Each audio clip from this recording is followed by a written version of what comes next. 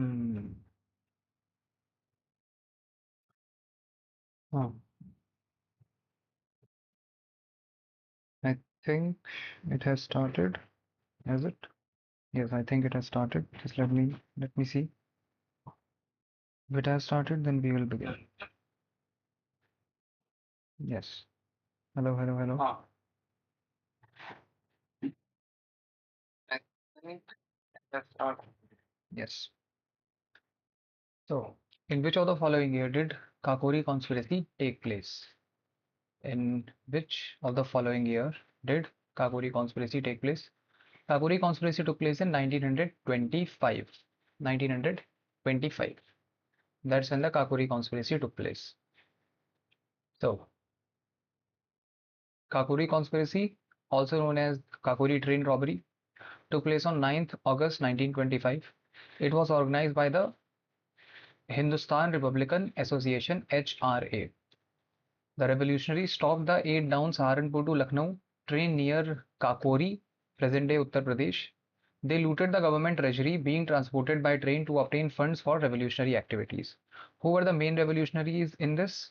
The main revolutionaries in this were Ram Prasad Bismil, Ashfaq Khan, Rajendra Nath Lahiri, Roshan Singh, and Chandrasekhar Azad, who escaped the protest, who escaped the arrest. So these were the five important revolutionaries: Ram Prasad Bismil, Ashfaq Khan, Rajendra Nath Lahiri, Roshan Singh, and Chandrasekhar Azad. Outcome: many revolutionaries were arrested and tried in the Kakori conspiracy case. Ram Prasad Bismil, Ashfaq Khan, Rajendra Nath Lahiri, Roshan Singh were sentenced to death. And an important timeline happens to be 1905 is the partition of Bengal. 1909 is Morley Minto reforms. 1919 is Jallianwala Bagh massacre and the Rowlatt Act. 1925 is the Kakori conspiracy. 1930 is the Dandi March. 1931 is the execution of Bhagat Singh, Rajguru, Sukhdev. 1942 is Quit India movement. So the chronology is also asked many times. You have to remember exact dates, exact year: 1905, 1909, 1919, 1925, 30, 31, 42. You must remember the chronology in the proper manner. So the correct answer for Kakuri conspiracy is 1925. Okay, remember that. I'll just clean it and then we move on. Once again. Hmm.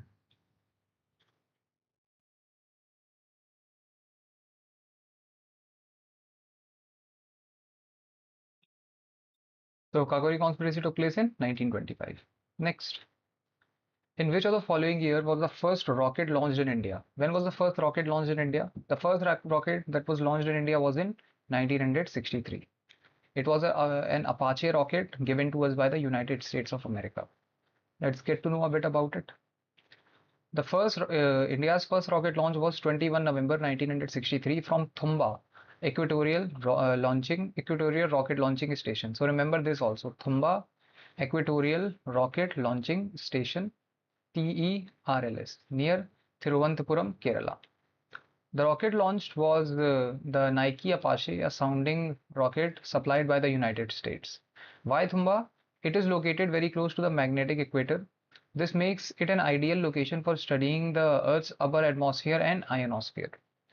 Key personalities involved in this were Vikram Sarabhai, who is known as the father of Indian space program.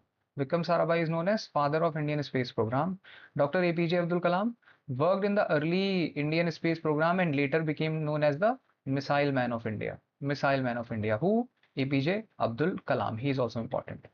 Important space milestones: 1962, in COSPAR was formed. In COSPAR means Indian National Committee for Space Research. In COSPAR is Indian National Committee for Space Research. It was established. 1963, first rocket launched. First rocket launched by in COSPAR from Thumba. 1969, ISRO established. 1975, Aryabhat, India's first satellite launched. 1975, Aryabhat, which is India's first that was launched. And 1980, Rohini satellite placed in the orbit by the indigenous SLV-3. Rohini satellite placed in the orbit by indigenous SLV-3. So these dates are also important. Remember them. Remember them for the exam. So correct answer to this question is 1963.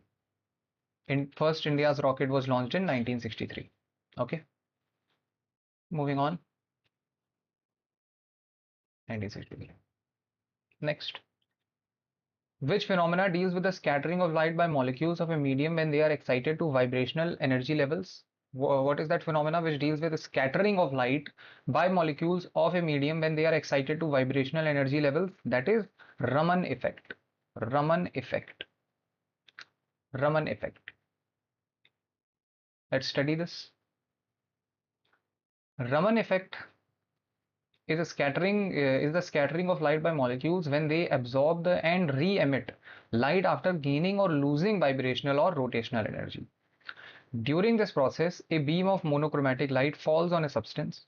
Most of the light is scattered without any change in wavelength, that is Rayleigh scattering. A very small fraction is scattered with a different wavelength because the molecules exchange energy with the light. So whatever light is scattered without any change in wavelength, that is known as Rayleigh scattering. But the fraction that is scattered with different wavelength, that is known as Raman scattering, Raman effect or Raman scattering. This phenomena is called Raman effect. It was discovered by C.V. Raman in 1928, for which he received the 1930 Nobel Prize in Physics. Other options are obviously incorrect. Other options are incorrect. Rayleigh scattering is it is an elastic scattering of light. The wavelength or the frequency does not change. When it changes, it becomes Raman effect. Huygens effect, there is no standard phenomena called Huygens effect. There is Huygens principle, which explains the propagation of wavefronts. And Maxwell effect, there is no such thing called Maxwell effect.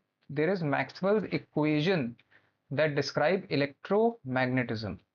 There is Maxwell's equation that describe electromagnetism. So correct answer to this question is Raman effect. Okay. Next. 1 minute.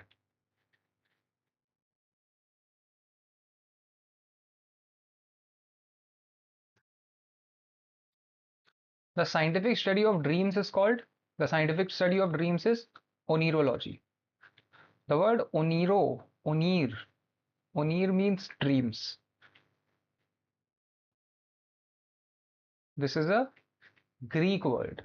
So onir means dream, logy means study. Logy means study. So oneirology becomes study of dreams. So correct answer is oneirology. Okay. Very simple.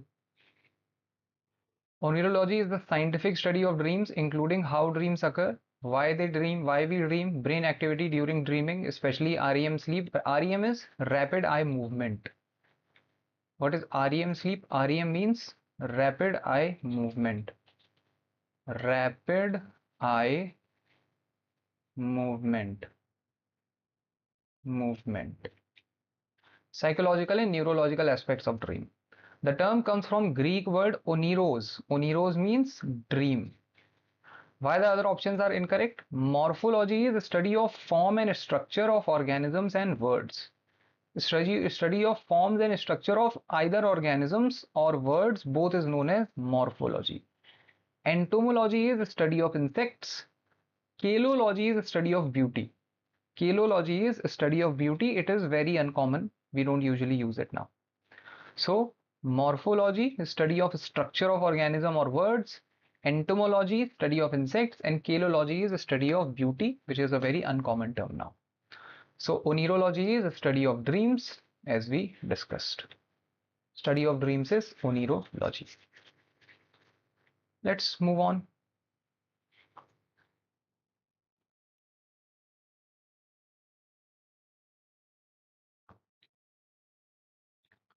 According to which of the following articles of the Constitution of India can the Parliament amend Constitution? Which article of the Constitution of India allows the Parliament to amend the Constitution? That is Article 368. Article 368. According to Article 368, we can amend the Constitution. Article 368, Part 20 of the Constitution of India deals with the power of the Parliament to amend the Constitution and its procedure.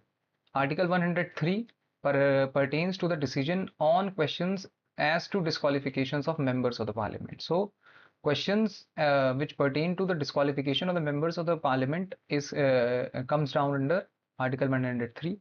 Article 129 declares the Supreme Court to be the court of record with power to punish for contempt. And Article 234 deals with the recruitment of persons other than the district judges. So, other than the district judges, to the judicial service of state. To the judicial service of state. Okay? So, Article 368 is, which is in Part 20 of the Constitution, it deals with the powers of the Parliament to amend the Constitution and its procedure.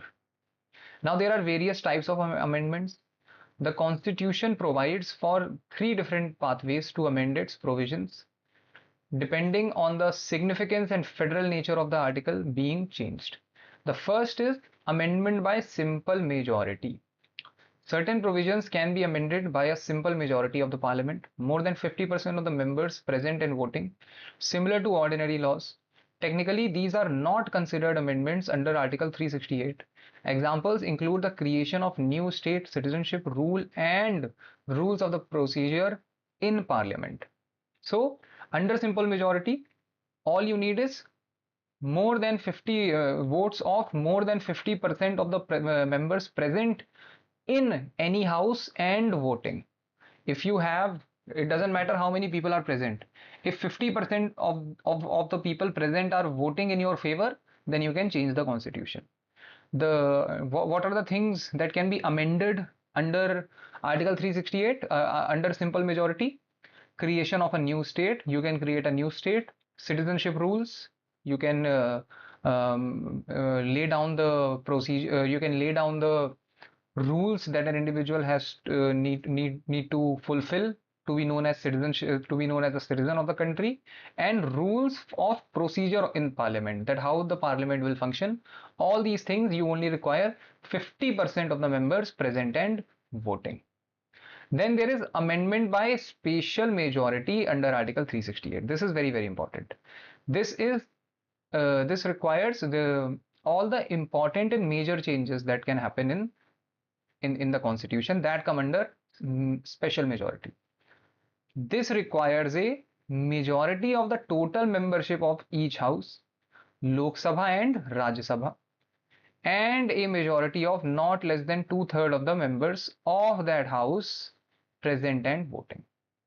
So you need, what do you need? This requires a majority of the total membership of each house. So if you are voting in Lok Sabha, right? So first you require majority of the total membership of the house and a majority of not less than 2/3 of the members of that house present and voting. So first, whatever is the total membership of Lok Sabha, you require the people who vote in favor of you, they should be at least more than 50% of the total membership. And then all the people who were voting, you must have 2/3 of the majority of them. 2/3 of the majority.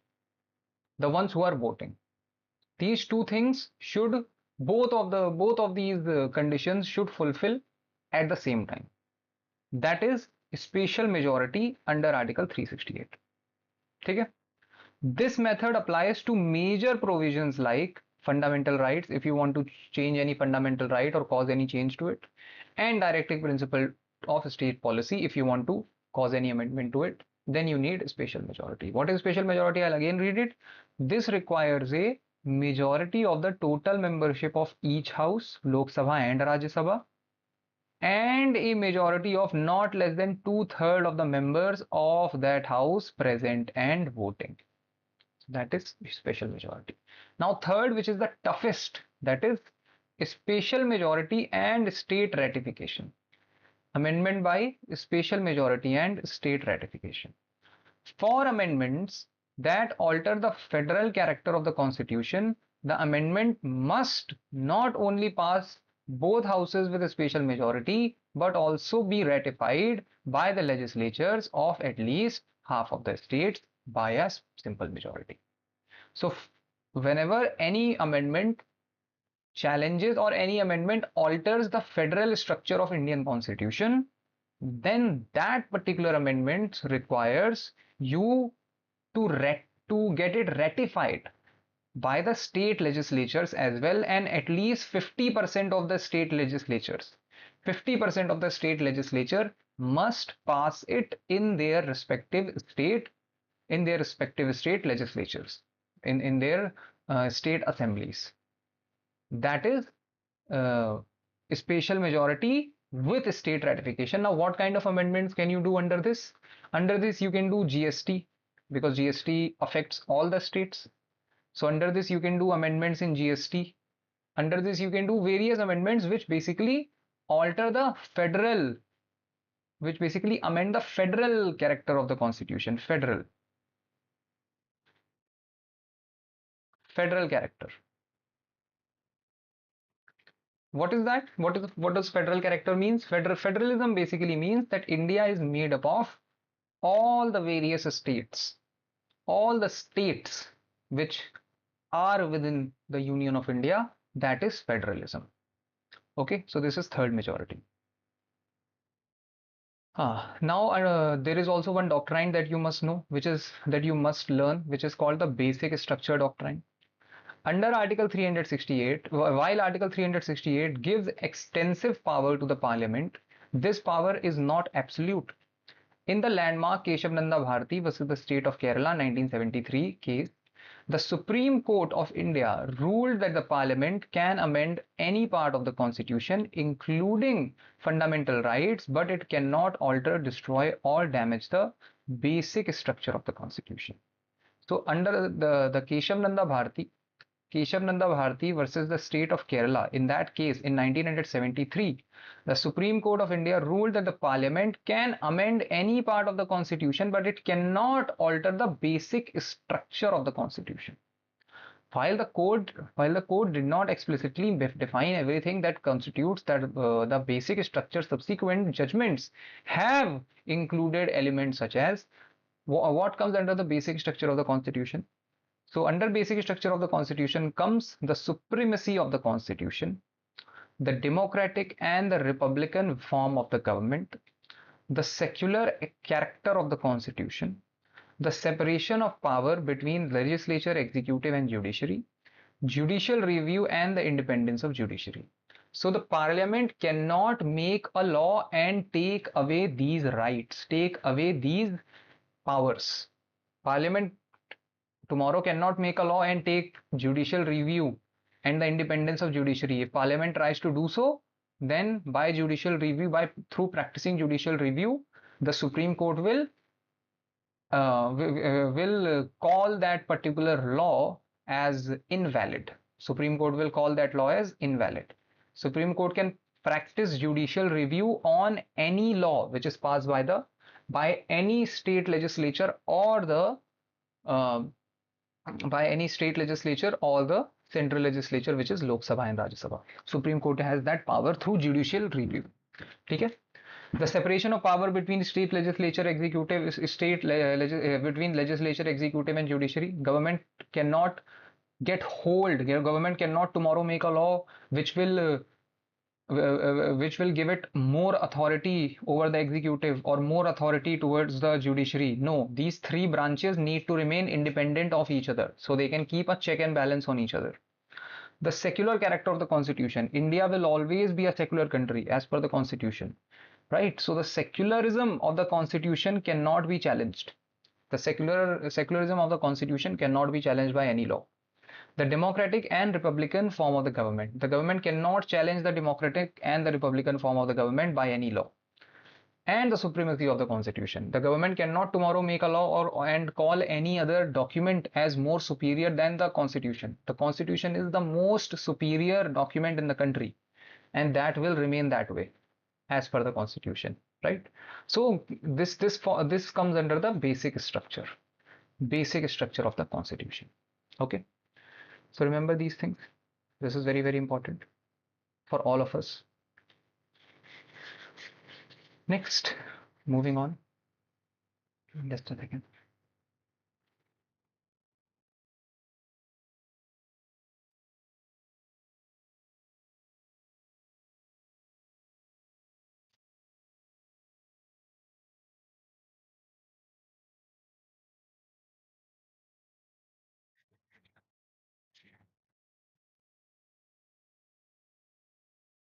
Next. A channel of canal where the water flows under the influence of gravity is called channel of canal where water flows under the influence of gravity is called as flow channel. Flow. This is the right answer. Flow channel. It does not require any electric power or anything. It flows on its own in a flow channel. Okay. So flow channel or flow irrigation. This occurs when the source of water is at a higher level than the fields, allowing water to flow naturally downward under the influence of gravity. No external power or dumping is needed. While the other option mean lift channel is when the agricultural field are at a higher level than water source. In this system, water must be lifted or pumped using a mechanical energy pump against gravity. Warabandi system. So Warabandi system, a rotational method for allocating the and distributing available water in a canal command area based in a predetermined time schedule for each farmer.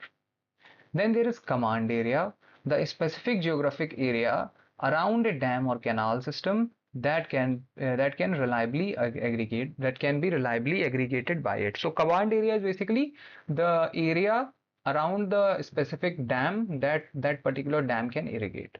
That is command area. So remember these. Okay. Remember all of these. Moving on. Answer to this is flow channel. A channel of canal where water flows under the influence of gravity is called flow channel. Next. Which of the following is the only floating national park in India and the world? The only floating national park in India and the world, that is Kebul Lamjau National Park. Kebul Lamjau National Park is the only floating national park in India and the world. Okay. Kebul Lamjau National Park, located in the Bishnupur district of Manipur, it is the only floating park in the world. It forms an integral Kotak Lake, the largest freshwater lake in northeast India. The park is characterized by a unique floating decomposed plant materials, locally known as fumdis. It is also the last natural habitat of critically endangered sangai, the bow, the brow and antlered deer, which is also celebrated as state animal of Manipur. So if they tomorrow ask you what is the state animal of Manipur, that is brow antlered deer, sangai. Okay. Now, important thing about it, Kebul Lamjau National Park is one of the most ecologically unique protected areas on planet. To truly understand why it flows, we have to look at the science behind the ecosystem. Its famous resident animal and the lake it calls home. The science of fumdis. Now, what are fumdis? Fumdis are the floating biomass. How do they form? How do they start floating? The park doesn't sit on solid ground, it floats on fumdis. Why? What are fumdis? Fumdis are heterogeneous masses of soil, vegetation, and organic matter in various stages of decomposition. They float naturally on water's surface. How do they support the weight? The core of the fumdis consists of highly porous, fibrous organic debris.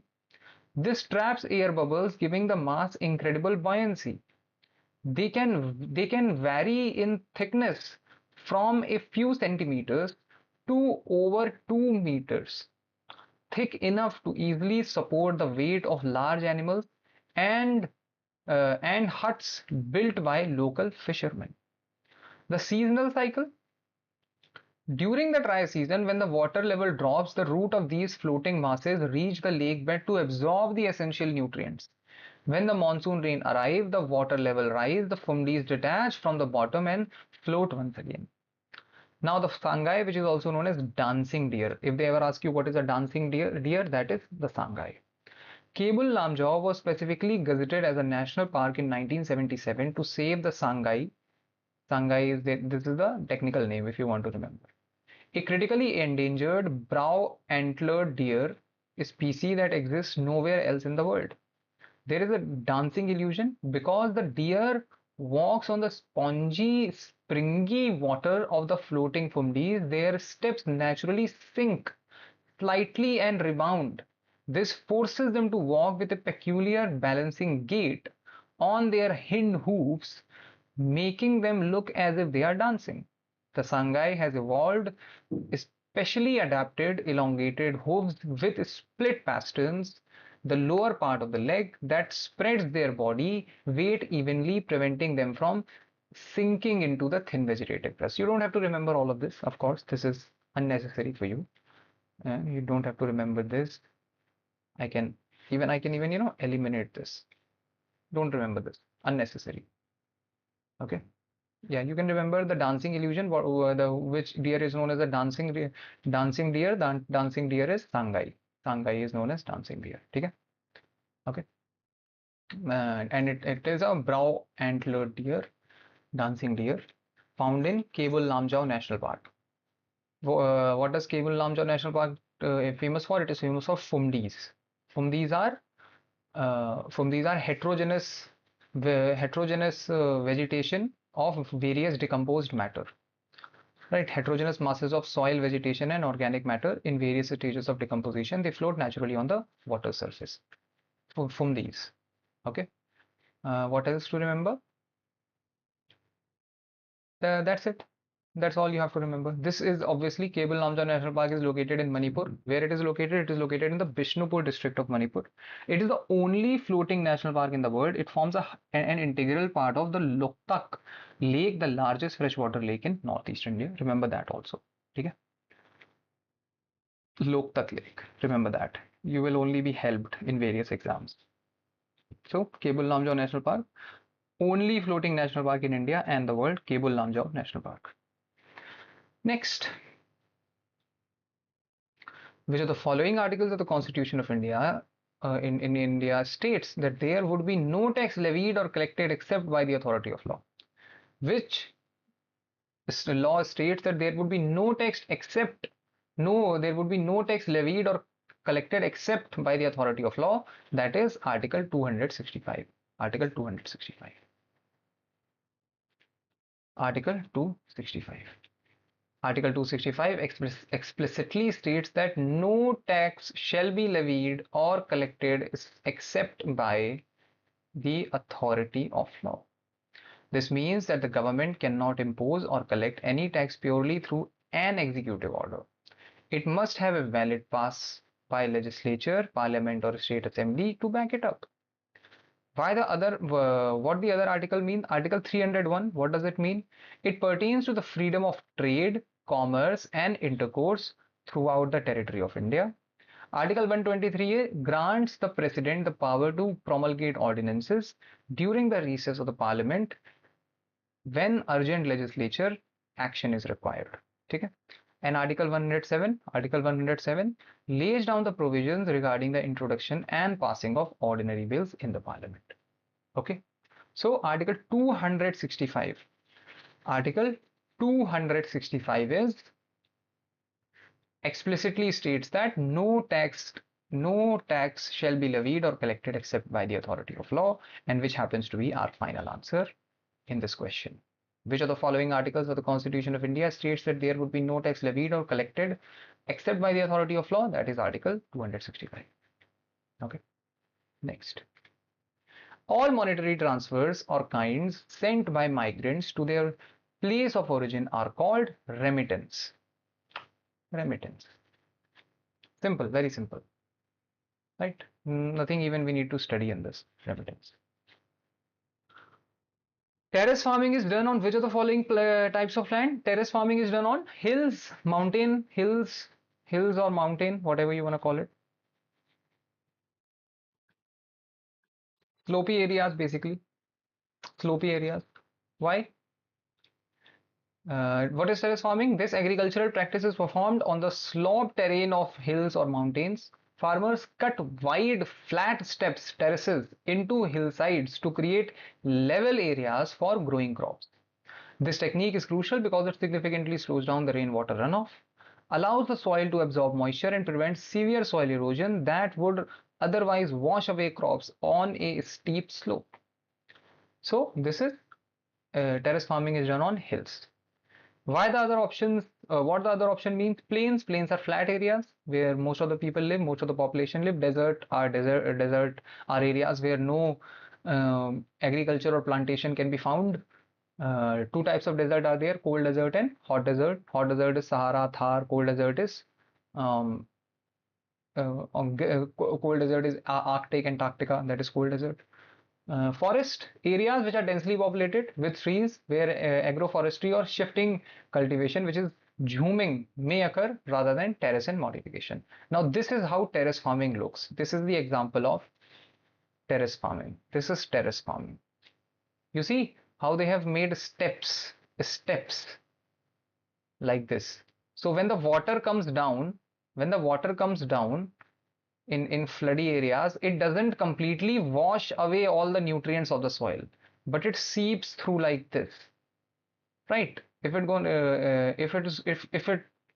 is only going to be a slopey area, a normal slope, then the water will completely wash away in a tremendous force. But if they create these steps, then it becomes difficult for water to wash away all the nutrients of the soil, and it helps the farmers. So terrace farming is done on terrace farming is done by the farmers on hilly or mountainous regions. Okay, next, moving on.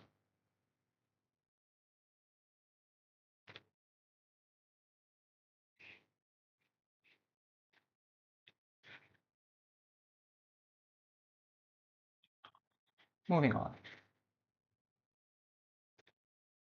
On which of the following dates has the government of India decided to commemorate the birth anniversary of Subhash Chandra Bose as Parakram Divas? So, the government of India has decided to commemorate the birth anniversary of Subhash Chandra Bose as Parakram Divas on 23rd of January. 23rd of January, which is the answer. Okay. 23rd of January. Nothing much to know. Parakram Divas, Day of Valor. In January in 2021, the Ministry of Culture announced that the birth anniversary of Netaji Subhash Chandra Bose, born on 23rd January 1857 in Cuttack, Odisha, would be celebrated annually on 23rd January as Parakram Divas. This day honors the indomitable spirit, selfless service, and unparalleled contribution to India's independence struggle. Okay, so Day of Parakram is 23rd January 23rd January 23rd January is going to be celebrated as Parakram Divas, and the birth date of Subhash Chandra Bose is 23rd January 1897 in Cuttack, Odisha. Next, the periodic law as we know it today owes its development to Dmitry Mendeleev. Dmitry Mendeleev. Dmitry Mendeleev, the Russian chemist, formulated the periodic law in 1869. The law originally stated the physical and the chemical properties of the elements are periodic functions of their atomic masses. Mendeleev arranged the 63 known elements at the time in increasing order of their atomic weights into grid. His genius lay in leaving blank spaces for undiscovered elements like gallium and germanium and accurately predicting their properties before they were even found. Why other scientists are famous? What the other scientists are famous for? J.J. Thomson discovered the electron in 1857. In 1897, through the cathode ray tube experiments, and proposed the plum pudding model of the atom. Niels Bohr formulated the Bohr model of atom in 1913, suggesting that electrons travel in defined circular orbits around the nucleus with quantized energy levels. Then came the Ernst Rutherford, known as the father of nuclear physics. He discovered the atomic nucleus and the proton through his famous gold foil experiment in 1911. Okay, so the periodic law as we know it today owes its development to Dmitry Mendeleev. Next, Who wrote Samudragupta's Prashasti, a eulogy written in the form of poetry or prose, usually by court poets at Allahabad? So, who wrote the Prayag Prashasti basically? Prayag Prashasti mentions Samudragupta in Allahabad. So, Prayag Prashasti is written by Hari Sen. Hari Sen. Hari Sen was the court poet of Samudragupta. Okay, Hari Sen. The Allahabad pillar inscription, also known as the Prayag Prashasti, was composed by Hari Sen, who was the court poet of the minister and the minister Mahadand Nayaka. What is the name of the minister, the position that Hari Sen was in? It is Mahadand Nayak of the Gupta Emperor Samudragupta. Written in elegant classical Sanskrit prose and verse, the inscription is carved on ancient Ashokan pillar. It serves as the most authentic historical source for understanding the Samudragupta's extensive military conquest, his empire's boundaries, and personal qualities. The historical value of the Prayag Prashasti. The inscription provides a detailed first-hand account of the political geography of the 4th century India and the imperial policy of the Gupta Empire. The Kavya style, the inscription is a classic example of Champu Kavya, a literary style that blends poetry, verse, and prose. It consists of 33 lines of text, language, and script. It is composed in classical Sanskrit and written using the late Brahmi script, often referred to as the Gupta script. Samudragupta's military campaign. Hari Sen meticulously divided Samudragupta's conquest into distinct geographic regions, showing that the emperor used different political strategies for different territories. Aryavart. So Samudragupta conquered most of the Indian subcontinent. And for northern India, he had a different strategy. For the Deccan India and the south, he had a different strategy. And for the border tribal regions of his kingdom, he had a different strategy. So we will get to know about all of those. For the Aryavart, which is the northern India, the inscription states that the Samudragupta violently uprooted 9 kings of the northern India and annexed their kingdoms directly into the Gupta Empire. So for Aryavart, which is the northern India, the inscription states that Samudragupta violently uprooted the 9 kings of the northern India and annexed their kingdoms directly into the Gupta Empire. Then came the Dakshinapatha, or the southern India. He defeated the 12 kings of the south. However, instead of annexing their land, he followed a policy of Grahan, Moksha, Anurag. He captured them, he liberated them, and then he reinstated them as feudatories after they accepted his suzerainty and agreed to pay tribute. So this can also be asked, against which kingdom did Samudragupta follow the policy of Grahan, Moksha, Anurag, that is the Dakshin Path, the southern Indian kingdoms. Then came the border states and the tribes. The rulers of the frontier kingdom like Samtat in Bengal, Kamrup in Assam and Nepal, and republican tribes like the Malavas and Yodayas submitted to him voluntarily, paying taxes and attending his court. So these were the tribal kingdoms, the Malavas, the Yehudiyas, the Samat in Bengal, and the Kamrup in Assam and Nepal. They submitted to him voluntarily because they saw how brutal he was when he was annexing other kingdoms in the north and the south, and they paid him taxes and they also attended his court on their own. Then came now understand the chronology of the pillar. Many kingdoms, many kings have um, posted their inscription, have engraved their inscription on the Ashokan pillar in Allahabad. The first king was obviously Ashoka. He started it in 3rd century BCE. The edicts, what did he inscribe? He inscribed the edicts detailing Buddhist principles and peace. In which language? In Prakrit, which is in Brahmi script. Then came Samudragupta in the 4th century CE or 4th century AD. The Prashasti composed by the Hari Sen detailing the military victories of Samudragupta, military victories. And in which language he did, which script? He did it in Sanskrit in the Gupta Brahmi script. Then came Jahangir in the 17th century CE, a royal record detailing the Mughal emperor's ancestry, and he did it in Persian language. So these are the three kings, Ashoka, Samudragupta, and Jahangir, who have actually inscribed their prashasti, inscribed the details of various things they wanted to talk about in the Allahabad pillar. Okay? The first is Ashok, the second is Samudragupta, and the third is Jahangir. These names can also be asked because this is important. So you must remember all the three names. Okay.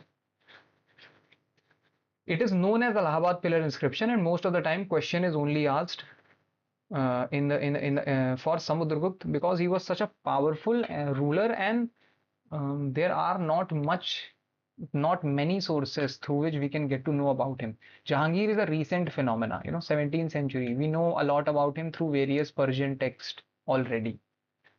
Ashoka has left so many archaeological proof about his existence, so many rock edicts, so many rock edicts that we get to know about him. But Samudragupta, this is the most important inscription. To get to know about Samudragupta, the most important inscription is the Prashasti, composed by Harisen, detailing military victories of Samudragupta. It is in Sanskrit. All right.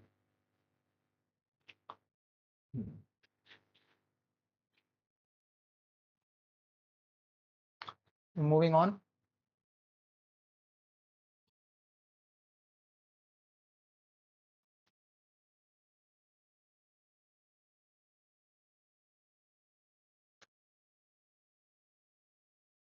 Who among the following authored Poverty and Un-British Rule in India?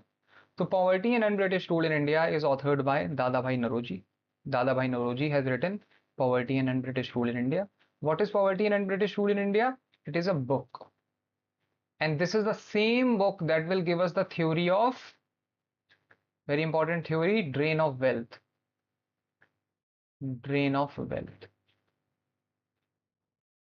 And Dadabhai Naoroji is a very important figure.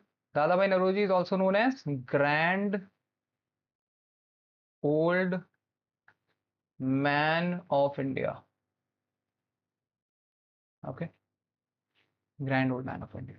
So remember these things. Very important. Dadabhai Naoroji is a very important figure. Let's get to know a bit about it. Dadabhai Naoroji, widely known as the Grand Old Man of India, published his landmark book Poverty and Un-British Rule in India in 1901. In this book, he put forward the groundbreaking drain of wealth theory, explaining how British was systematically draining India's wealth and resources, which directly causes widespread poverty, economic devastation across the country. The core concept was the drain of wealth theory. That is the core concept of Dadabhai Naoroji's book. Naoroji was the first Indian nationalist leader to use the modern economic data to expose the financial exploitation of India by the British Empire. Mechanism of drain of wealth, he highlighted that the British extracted massive amount of money from India without giving any equivalent economic or material return. This drain occurred through several distinct channels. The first was the home charges. These were the expenses paid by India out of its tax revenue to maintain the administration of the government in England. They included pensions of retired British civil and military officials, interest on Indian public debt held in Britain, and cost for maintaining the India office in London. The second is the military expenses. India was forced to pay for the upkeep of British Indian Army, which was frequently deployed to attend and protect British imperial interest in other parts of the world, like Africa and Middle East. And third is the private remittances. British officials, merchants, and industrialists routinely sent their saving profit and earning back to Britain instead of reinvesting them inside Indian economy. So home charges, military expenses, and private remittances. These are the three ways through which the British completely exploited the wealth of India, and they sucked all the money and they took it to London, took it to England in London, right? We know that. Just a second. Let me see if the live is still working. I hope it is. Yeah. Is it still working? Yes, it is working. Continuing this. Economic and political impact.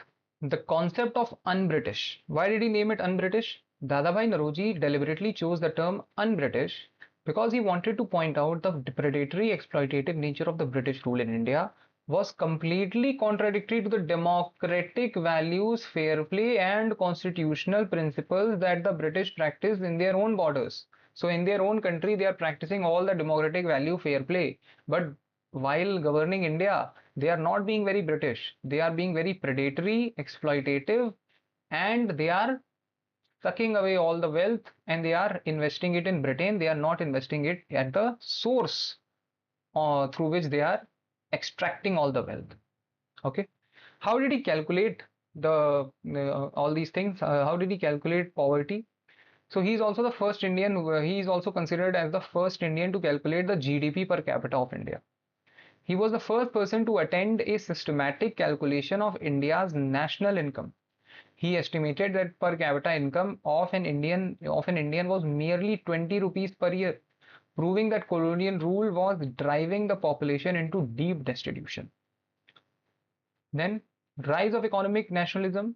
This work formed the foundation of early Indian national movement. It shifted the nationalist demand from a simple administrative reform to an economic critique, paving the way for later demand for Swaraj, which is self-rule, but it will come much later. Dadabhai Naoroji will not uh, champion for it. It will come much later. Major works of the other leaders. The first is Rabindranath Tagore, the legendary poet, philosopher, and Nobel laureate who wrote India's national anthem Jan Gan Man. His famous books include Gitanjali, Gora, and the Home and the World. Mahatma Gandhi, he obviously we know what he has written. He has written Hind Swaraj and very important, the story of my experiments with the truth. These are among his most important work that he has written. Then Dr. Jawaharlal Nehru, he will also write a lot many books. He will write the Discovery of India and Glimpses of World History among very important books that he has ever written. Okay, so this is the answer. Dadabhai Naoroji has written Poverty and Un-British Rule in India. Poverty and Un-British Rule in India. Okay, moving on.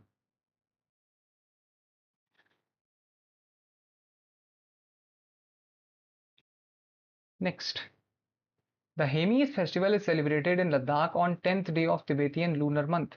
To which of the following lords is the festival dedicated? The Hemis festival of Ladakh is dedicated to Lord Padmasambhav. Lord Padmasambhav, who is a Buddhist monk, Buddhist lord, you can call. Hmm. So the Hemis festival is one of the most famous religious celebration in Ladakh. It is held annually at the historic Hemis monastery to commemorate the birth anniversary of Lord Padmasambhav, who is revered as Guru Rinpoche. He was the 8th century Buddhist master who introduced the Tantric Buddhism on the Himalayan region, including the Tibet and Bhutan. The festival symbolizes the victory of good over evil. The cultural and spiritual facets of the Hemis festival. This vibrant celebration is deeply intertwined with the Mahayana and Vajrayana Buddhist tradition, drawing thousands of monks, local and global travelers every year. The charms, the charms are the sacred mask dancers. The defining feature of the Hemis festival is charm dance, a stylized ritual performance by the executed by the lamas.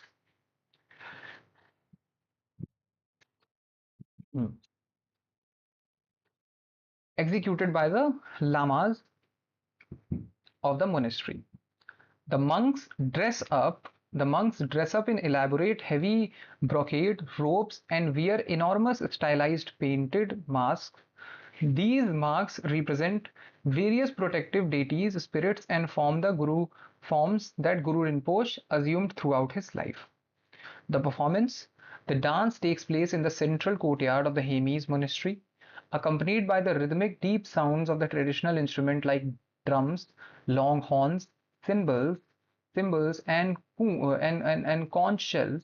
The slow swirling movement tells stories of cosmic battle, subduing demons and purifying the local environment. Then comes time and venue.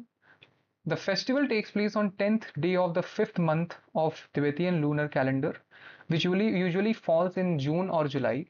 The 2-day celebration is also known as the Hemi Sachu Monastery, Hemi Gumpha Monastery. This is also important. Hemi Gumpha Monastery, Hemis Gumpha Monastery is the largest, wealthiest, and most influential monastery in Ladakh, belonging to the Drukpa lineage of Buddhism. It was re-established in 1672 by the Ladakhi king Seng Namgyal. The sacred Thanga display, a major event closely linked with the festival, is public unrolling of the monastery's prized possession, a massive 2-story high Thanga, a traditional Tibetan silk painting with embroidery, and then various, they do their various tradition. You can read about it. Their spectacular silk tapestry depicts Guru Rinpoche adorned with pearls and precious stones. Due to its immense sacredness, the vulnerability to environmental damage, this giant Thangpa is not displayed every year. It is exhibited to public only once every 12 years. Once every 12 years during the monkey year of Tibetan calendar, making it highly anticipated spiritual event. Okay, so this is also important.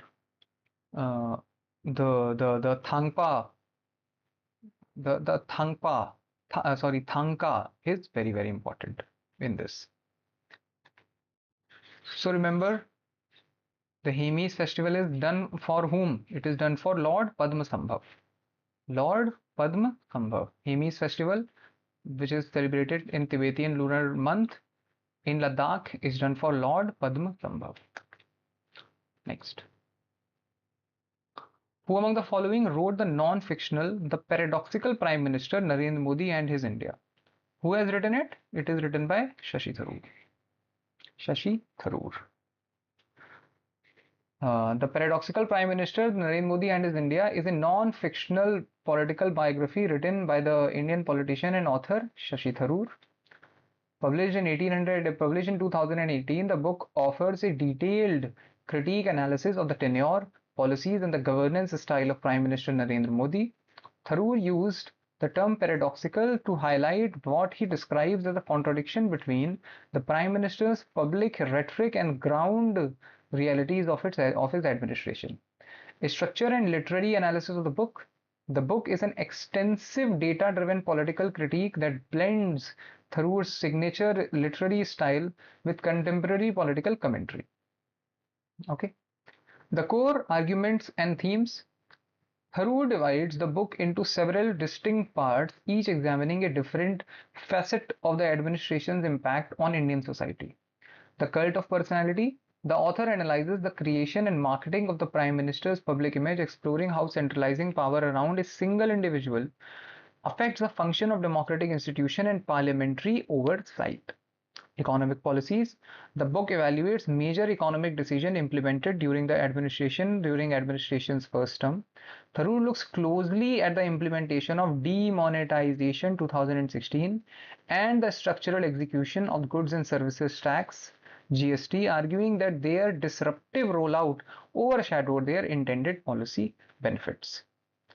Social fabric and secularism. A significant portion of the text is dedicated to examining changes in India's social landscape. The author voices concern over the rise of hyper-nationalism, majoritarianism, the incident of social tolerance, contrasting them with the constitutional ideas of pluralism. The foreign policy. Tharoor, a former diplomat under the State Secretary General at the United Nations, provides a professional critique of India's international relations while acknowledging the high energy of administration's global outreach. He argues that high profile foreign visits did not always translate into tangible strategic or diplomatic victories. Sssc Tharoor's key contribution to literature.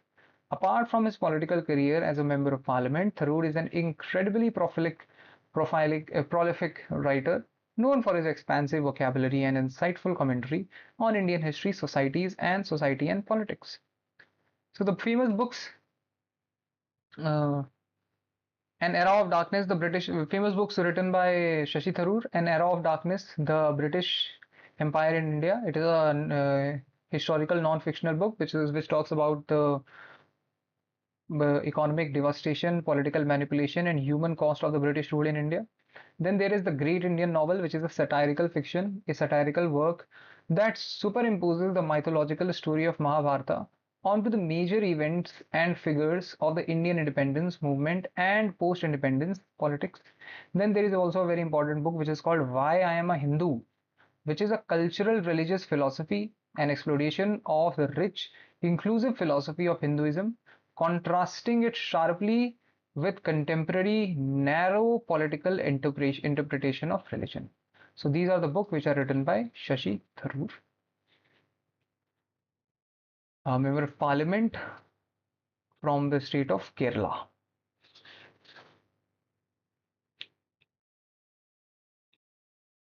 Moving on. Who authored Akbarnama? Who has written Akbarnama? Akbarnama is written by Abu Fazl. Abul Fazl. Abul Fazl.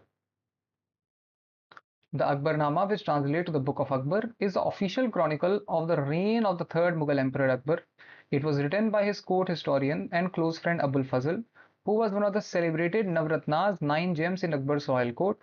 Written in elegant Persian, the book took 7 years to complete and provides an incredibly detailed first-hand account of the political, military, and administrative framework of the Mughal Empire structured and of the Mughal Empire, structure and historical breakdown of Akbarnama.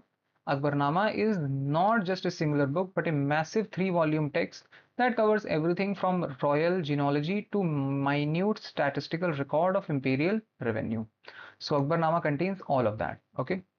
Now the 3 volumes, the Akbarnama has three. Akbarnama is not just one book; it is a compilation of 3 books. The first is and all the it is compilation of 3 books, and each volume, 3 volumes. Each volume is known as Daftar. Okay. So the first volume, which is the first Daftar, this section deals with the birth of Akbar, his genealogy, and his history and the history of his ancestors. It covers the lives of descendants descendants, and the reign of Babur, Akbar's grandfather, and Humayun, Akbar's father, ending with Akbar's early childhood. The second Daftar is the second Daftar provides a detailed year-by-year history of Akbar's reign up to the 46th year of his rule, 1602. It documents major military battles such as the Second Battle of Panipat and the Battle of Haldi Ghati, political treaties, administrative reform, and royal decrees. Third volume, or the third Daftar, this volume is uniquely famous and is titled Ain-e-Akbari, Administration of Akbar. It is comprehensive administrative gazetteer detailing the empire's governing structure, judicial system, and army organization, revenue collection method, and geographical statistics of the provinces. It also beautifully documents the culture, religions, and literary tradition of the people of India. The dynamic of the text. The book was composed in a classical Persian, which was the official court language of the Mughals. Abul Fazl employed a highly sophisticated, ornate prose style known as Insha, which set a benchmark for the historical documentation in medieval Islamic world. It is an illustrative masterpiece. The original imperial manuscript was accompanied by dozens of vibrant, highly detailed miniature painting made by royal artists, visually capturing battle scenes, court receptions, and hunts described in the text. Abul Fazl was eventually assassinated in 1602 by Veer Singh Deo on the orders of Akbar's rebellious eldest son, Prince Salim, who later became Emperor Jahangir, because Salim feared Abu Fazl's immense influence over Akbar. Okay. So there are the other ones are also important. If you want, you can read them. Abdus Samad, a legendary 16th century Persian miniature painter who accompanied Humayun to India. Akbar appointed him as the master of the imperial painting workshop and later gave him the title Shireen Kalam, sweet pen. He played a foundational role in creating the distinct Indo-Persian style of art. The eldest brother was Faizi, the eldest brother of Abul Fazl, and a brilliant scholar, poet, laureate in Akbar's court. He translated celebrated ancient Indian texts like Leelavati, a treatise on mathematics, and Mahabharata into Persian verse. Then come Abdul Latif, a renowned scholar and tutor who was appointed by Humayun to guide a young Prince Akbar in literature, philosophy, and history during his formative year. Okay, so these things are also important. You need to learn all of them. All these are previous year questions, huh? So please take them seriously, very, very seriously.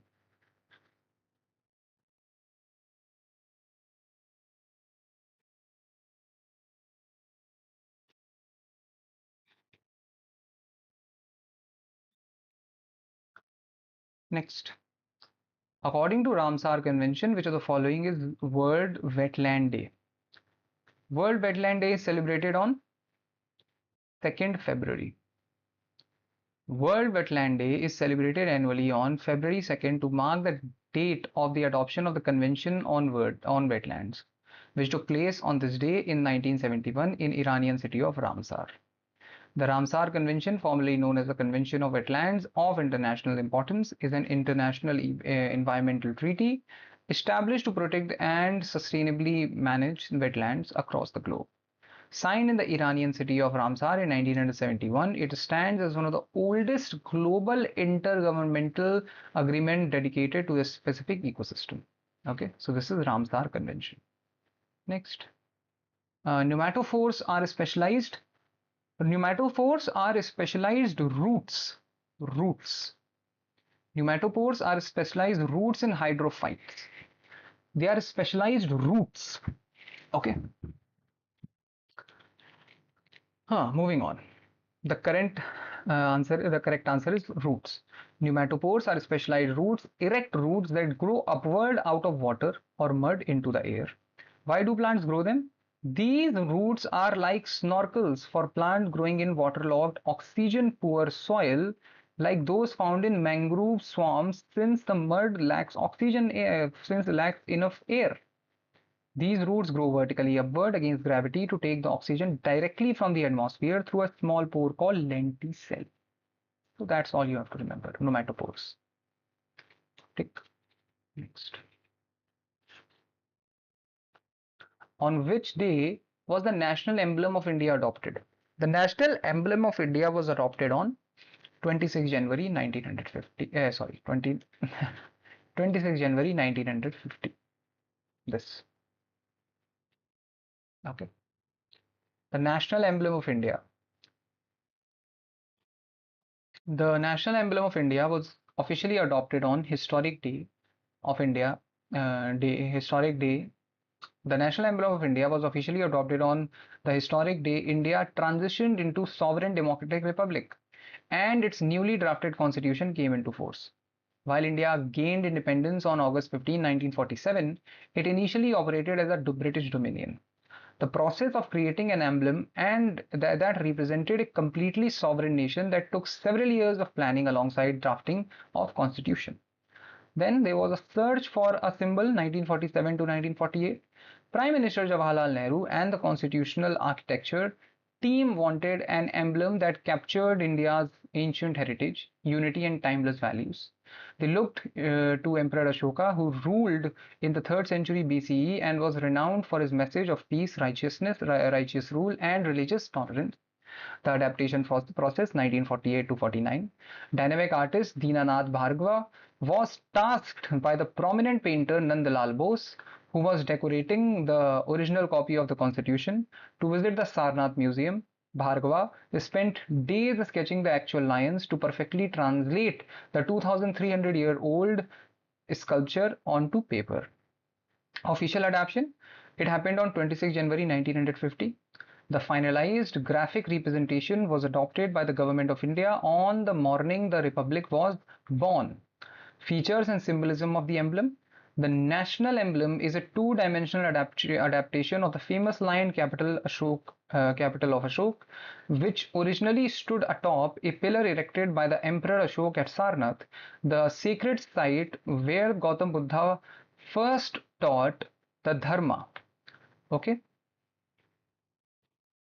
So, what are the components of the emblem of India? It has four Asiatic lions, which the three are visible in the emblem, and the fourth one remains hidden at the back.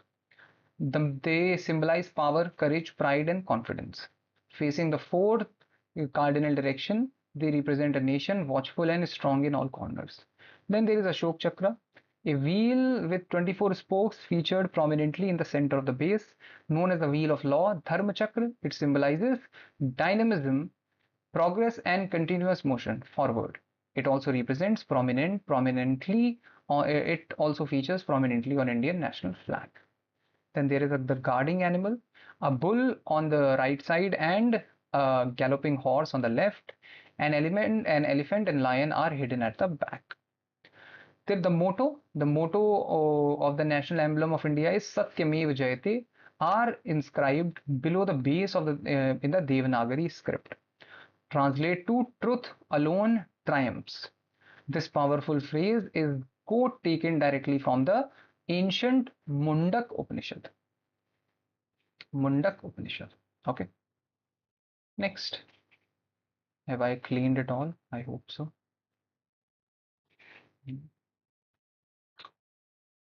Next. In which year was the Lotteries Regulation Act passed? When was Lotteries Regulation Act passed? So Lotteries Regulation Act was passed in 1998. The Lotteries Regulation Act 1998, Act number 17 of 1998, was enacted by the Parliament in India to create a standardized legal framework for conducting lotteries across the country.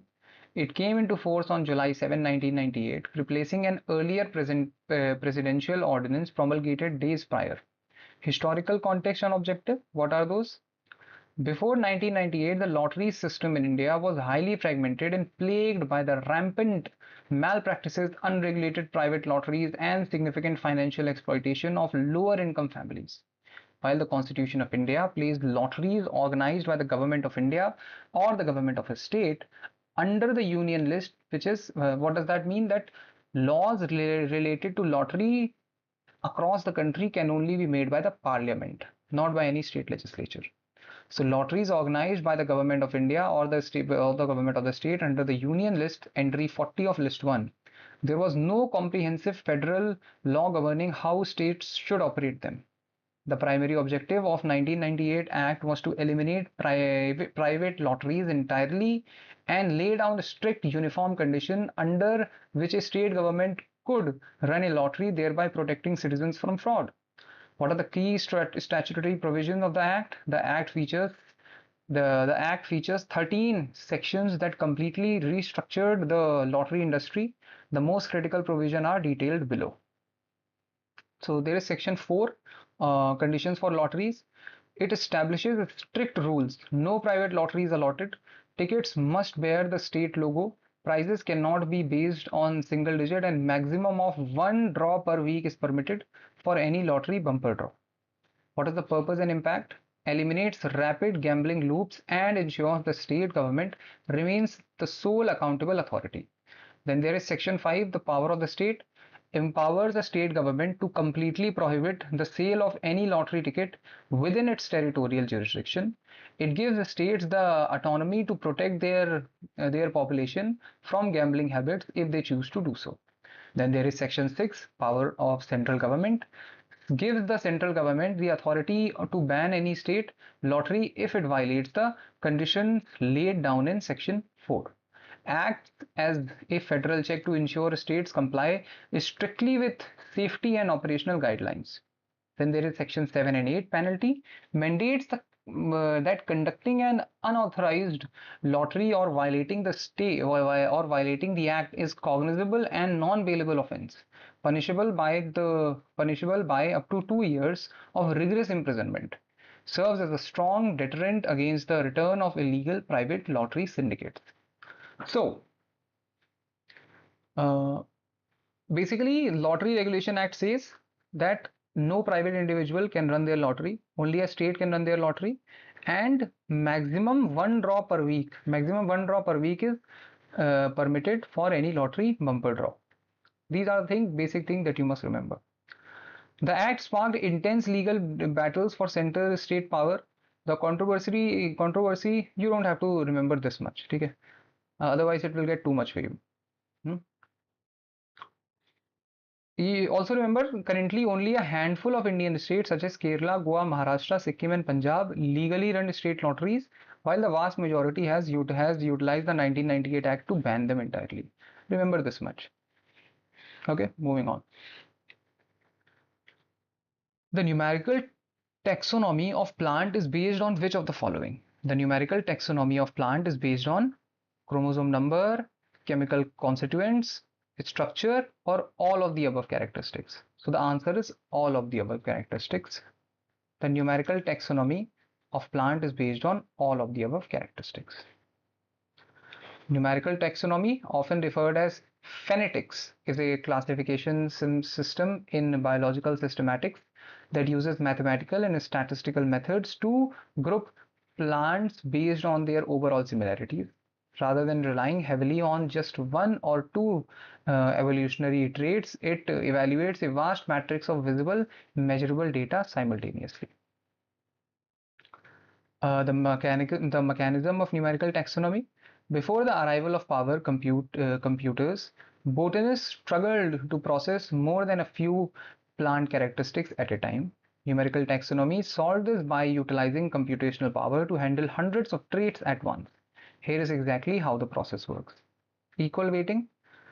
Every single observable characteristic such as leaf shape, petal count, stem, texture, trichome, density, etc. is given equal importance and weight. No single trait is treated as a superior to another. Then there is numerical coding. The observable features are converted into numerical codes. For example, a characteristic might be coded as binary state 1 if the trait is present and 0 if it is absent. Then there is statistical analysis. A computer processes these codes using algorithms to calculate the similarity coefficient between the different plant species. Cluster diagramming. The computer generates a branching tree diagram called dendrogram or phenogram, which clusters plant together based on their total statistical similarity. Comparison with other taxonomy system. To understand why numerical taxonomy is unique, it helps to look at it alongside the other modern taxonomy methods mentioned in the options. Numerical taxonomy, all observable characteristics, as we remembered. Cytotaxonomy, what is it based upon? It is based upon chromosome number and structure. Based on cytological information, cell biology, like chromosome behavior during meiosis, counting, and morphology. Then there is chemotaxonomy, which is based on chemical constituents of the plant. Uses plants' phytochemical profiles such as alkaloids, carotenoids, tannins, and amino acid sequence to resolve evolutionary ambiguities. Then there is classical taxonomy, which is morphological structure. The traditional method pioneered by Carl Linnaeus, which heavily prioritized structural and reproductive organs like flowers and stamens. Okay, so that is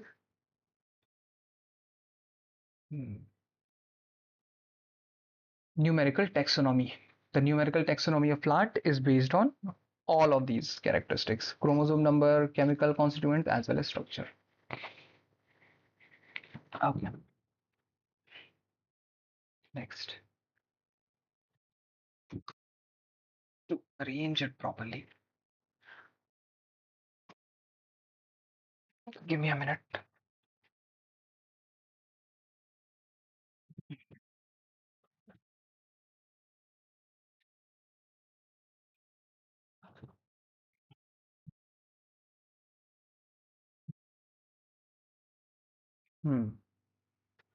Moving on.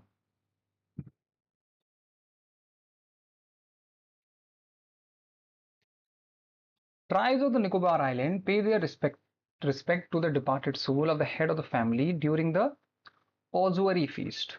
Ozuari feast. Okay. What is Ozuari feast? Ozuari feast, also referred to locally as the pig festival or Kanana Un, is a deeply sacred traditional ritual observed by the indigenous Nicobarese tribe of the Andaman and Nicobar Islands. It is an elaborate ancestor worship ceremony dedicated to paying final respect to the departed souls of the family heads and lineage order or elders. Cultural and spiritual significance. The Nicobarese people hold a profound belief in the afterlife and the continuation of the spirit world.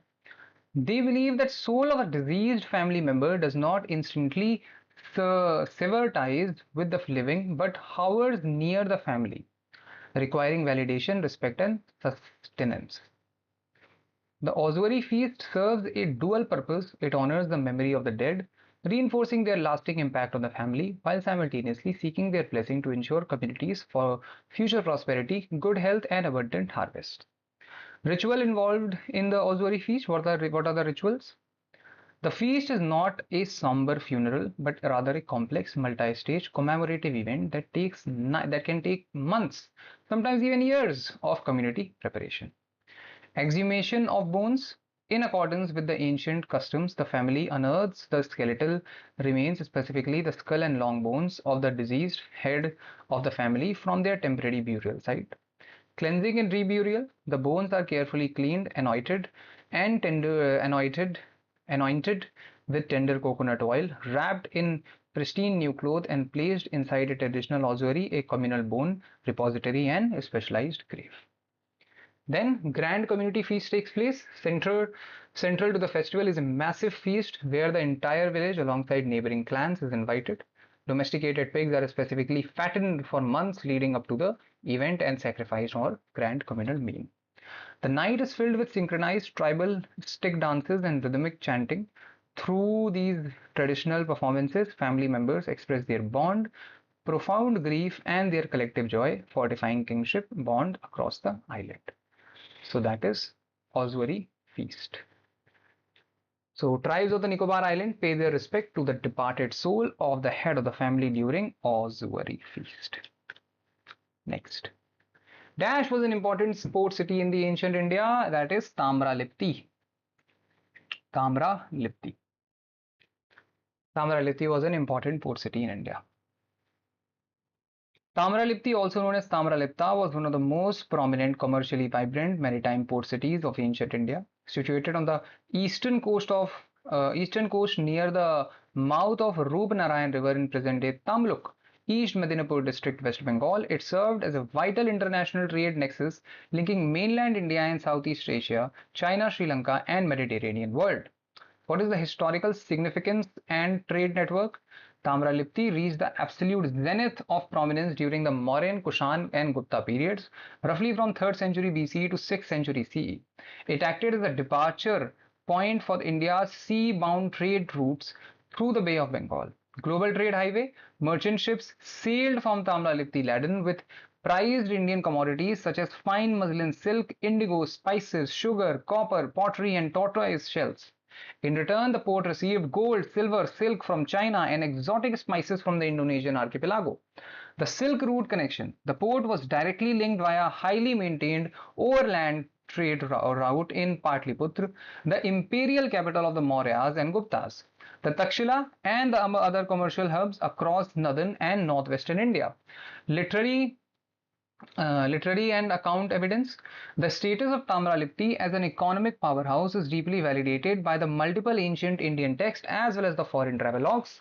Buddhist literature and epics. The Mahavamsh Sri Lankan Chronicle notes that the king Ashoka sent a mission carrying the sacred Bodhi tree sapling to Sri Lanka, which departed by the sea specifically from the port of Tamralipti. The Mahabharata also mentions the kingdom of Tamralipta participating in the royal ceremonies. Then comes Fahian.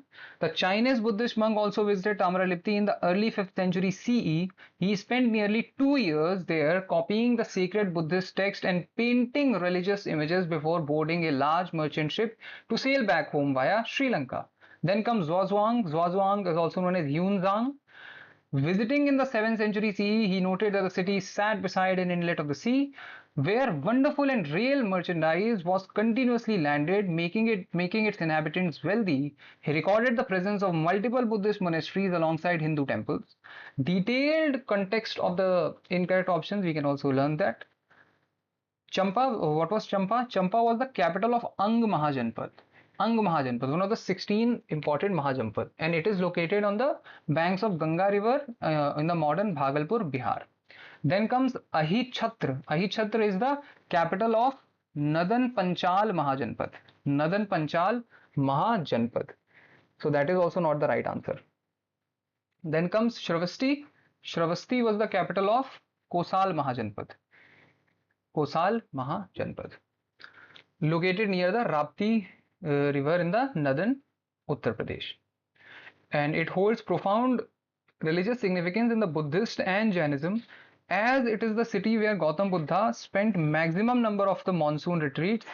So if they ever ask you in which city did Gautam Buddha spend maximum number of his monsoon retreats or vasvas and performed famous miracles, which is again in famous miracles and all that comes under mythology. So that is Shravasti. Shravasti. And this is Tamralipti, by the way. This right here is Tamralipti. Okay. This is Tamralipti, the port of Tamralipti, also known as Tamralipta. Okay. Next, moving on. I think we should move on in the next lecture. Huh? We should end this lecture here and we'll take up the other questions in the next lecture. Chalo, we will see each other in the next lecture. Okay.